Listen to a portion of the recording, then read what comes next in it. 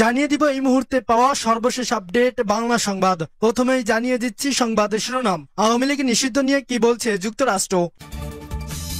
এরপর থাকছে সাম্য হত্যার বিচারের দাবিতে মাঠে নামছে ছাত্রদল। আরো জানিয়ে দিব জামায়াতের নিবন্ধন ও প্রতীক ফিরে পেতে আপিল রায় 1 জুন। এরপর থাকছে নিজ দায়িত্বে সোহরাওয়ার্দী উদ্যানকে নিরাপদ করব বলছে আসিফ মাহমুদ।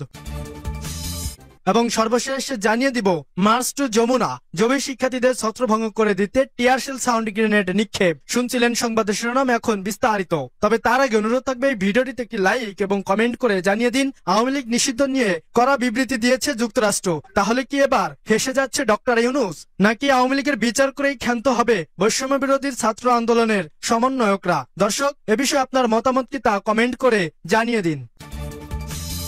আওয়ামী লীগ নিষিদ্ধ নিয়ে কি বলছে যুক্তরাষ্ট্র। বাংলাদেশ আওয়ামী লীগ এবং এর সব অঙ্গ সংগঠন, সহযোগী সংগঠন ও ভারতীয় প্রতিম সংগঠনের নেতাকর্মীদের আন্তর্জাতিক অপরাধ ট্রাইব্যুনালে বিচার কার্য সম্পূর্ণ না হওয়া পর্যন্ত তাদের সব কার্যক্রম নিষিদ্ধ করেছে অন্তর্বর্তী সরকার। সন্ত্রাস বিরোধী আইনের আওতায় দলটির কার্যক্রমকে নিষিদ্ধ করে প্রজ্ঞাপন জারি করা হয়েছে। নিষিদ্ধের বিষয়টি মার্কিন পররাষ্ট্র দপ্তরের ব্রিফিং এ তুলে ধরা হয়েছে। এ ঘটনায় প্রতিক্রিয়া জানিয়েছে দপ্তর। স্থানীয় সময় মঙ্গলবার এক ব্রিফিং এ পররাষ্ট্র দপ্তরের principal deputy spokesperson Tommy Pigott এ প্রতিক্রিয়া জানান। ব্রিফিং এ জানতে চাওয়া হয়, বাংলাদেশের অন্তর্বর্তীকালীন সরকারের অধ্যাদেশে দেশটির সর্ববৃহৎ রাজনৈতিক দল আওয়ামী লীগের সকল কার্যক্রম নিষিদ্ধ করা হয়েছে। এমন পদক্ষেপের মধ্য দিয়ে কার্যত দলটির রাজনৈতিক পরিচয় মুছে ফেলা হয়েছে এবং ভবিষ্যতে নির্বাচনে অংশগ্রহণের পথটিও রুদ্ধ করা হয়েছে। এ সময় প্রশ্নকারী আরো উল্লেখ করেন, এর আগে এক ব্রিফিং এ টমি বাংলাদেশ নির্বাচন এবং গণতন্ত্রের গুরুত্বের উপর জোর দিয়েছিলেন, বিশেষ করে অন্তর্ভুক্তমূলক নির্বাচনের বিষয়ে। এখন তারা এই রাজনৈতিক দলটির কর্মকাণ্ডকে নিষিদ্ধ করেছে। বিষয়টিকে পররাষ্ট্র দপ্তর কিভাবে দেখছে? সাম্য হত্যার বিচারের দাবিতে মাঠে নামছে ছাত্রদল। সোহরাওয়ার্দী উদ্যানে দুর্বৃত্তের ছুরির আঘাতে ছাত্রদল নেতা শাহরিয়ার আলম সাম্য হত্যার বিচারের দাবি ও ঢাকা বিশ্ববিদ্যালয়ের উপাচার্য ও প্রক্টরের পদত্যাগের দাবিতে মাঠে নামছেন ছাত্রদলের নেতাকর্মীরা। বুধবার দুপুর 12টায় ঢাকা বিশ্ববিদ্যালয় সন্ত্রাস বিরোধী রাজু ভাস্কর্যের পদদেশে এই দাবিতে বিক্ষোভ মিছিল ও সমাবেশ করবে ছাত্রদল। কেন্দ্রীয় ছাত্রদলের দপ্তর সম্পাদক মোহাম্মদ জাহাঙ্গীর আলম স্বাক্ষরিত সংবাদ বিজ্ঞপ্তিতে এই তথ্য জানানো হয়েছে।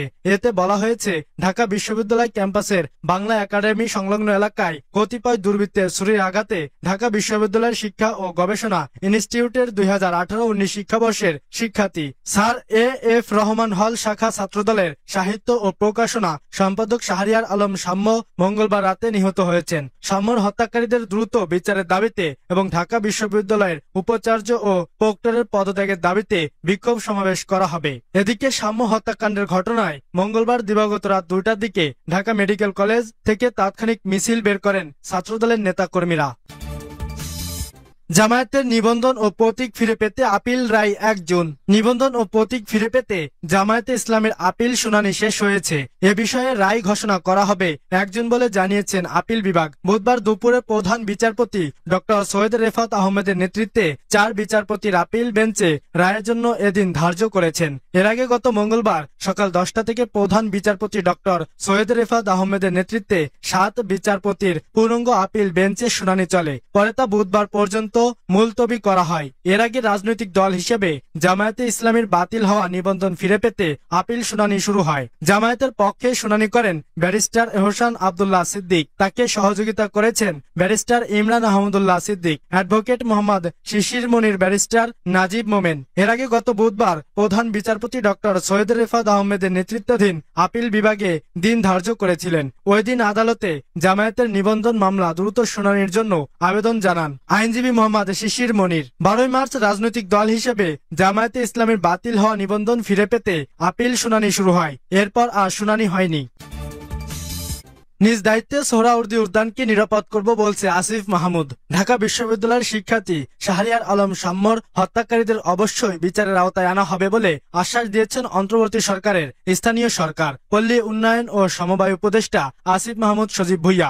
একই সঙ্গে নিজের দায়িত্ব নিয়ে সোহরাওয়ার্দী উদ্যানকে নিরাপদ একটি জায়গা হিসাবে গড়ে তুলবেন বলেও ঘোষণা করেছেন তিনি। বুধবার নিজের ফেসবুক আইডিতে দেওয়া এক পোস্টে এসব আশ্বাস দেন অন্তর্বর্তী সরকারের এই উপদেষ্টা। পোস্টে আসিফ মাহমুদ লিখেন, 2019 সালের দিকে ক্যাম্পাসে গেস্ট রুম নির্যাতনের বিরুদ্ধে কিংবা শিক্ষার্থীদের যে কোনো যৌক্তিক দাবির আন্দোলনে আমাদের সঙ্গে যেসব মুখ সবসময় দেখা যেত, সাম্য তাদের একজন। মশিউর আমিন শুভ আর শাহরিয়ার আলম সাম্য, এই দুজন সবসময় একসঙ্গে আসতো। প্রথম বর্ষ থেকেই সাম্য ছিলেন অন্যায়ের বিরুদ্ধে প্রতিবাদী এবং অসম্ভব ভদ্র একজন ছেলে। সেই ছোট্ট ভাই সাম্য আজ আর আমাদের মাঝে নেই, এটা মেনে নেওয়া সত্যিই কষ্টকর। হত্যাকাণ্ডের ঘটনায় এখন পর্যন্ত 3 জনকে গ্রেপ্তার করা হয়েছে উল্লেখ করে তিনি লিখেন, হত্যাকারীদের অবশ্যই বিচারের আওতায় আনা হবে। তবে শুধু ব্যক্তি নয়, উদ্যান কেন্দ্রিক অপরাধ চক্র, মাদক চক্র এবং উদ্যানের অনিরাপদ পরিবেশও এ ঘটনার জন্য সমানভাবে দায়ী। সোহরাওয়ার্দী উদ্যান হওয়ার কথা ছিল স্বস্তির জায়গা, অথচ অবৈধ দোকান, মাদক ব্যবসা সহ নানা ধরনের অপরাধ চক্রের কারণে এটি দীর্ঘদিন যাবৎ আতঙ্কের স্থানে পরিণত হয়েছে। উপদেষ্টা লেখেন, এরই মধ্যে ঢাকা বিশ্ববিদ্যালয় প্রশাসন, গণপূর্ত মন্ত্রণালয়, ডিএমপি সহ সংশ্লিষ্ট কর্তৃপক্ষের সঙ্গে কথা বলেছি। বিশ্ববিদ্যালয় প্রশাসনের পরামর্শ অনুযায়ী খুব শীঘ্রই উদ্যানকে একটি নিরাপদ স্থানে পরিণত করা হবে। আমি নিজের দায়িত্ব নিয়ে সোহরাওয়ার্দী উদ্যানকে নিরাপদ একটি জায়গা হিসেবে গড়ে তুলব। এ বিষয়ে বিশ্ববিদ্যালয়ের শিক্ষার্থীরা এবং প্রশাসনের সহযোগিতা কামনা করছি। মার্চ টু যমুনা, জবি শিক্ষার্থীদের ছত্রভঙ্গ করে দিতে টিয়ারশেল সাউন্ড গ্রেনেড নিক্ষেপ। 3 দফা দাবি নিয়ে জগন্নাথ বিশ্ববিদ্যালয়ের শিক্ষার্থীদের মার্চ টু যমুনা পুলিশের বাধার মুখে পড়েছে। এ সময় টিয়ারশেল সাউন্ড গ্রেনেড নিক্ষেপ করে পুলিশ তাদের ছত্রভঙ্গ করার চেষ্টা করেছে। বুধবার বেলা 11:30টার দিকে বিশ্ববিদ্যালয় ক্যাম্পাস থেকে যাত্রা শুরু করেন শিক্ষার্থীরা। কাকরাইল এলাকায় পৌঁছালে সেখানে পুলিশের বাধার মুখে পড়েন শিক্ষার্থীরা। পুলিশের বাধা পেয়ে শিক্ষার্থীরা রাস্তায় বসে পড়েন, নানা স্লোগান দিতে শুরু করেন।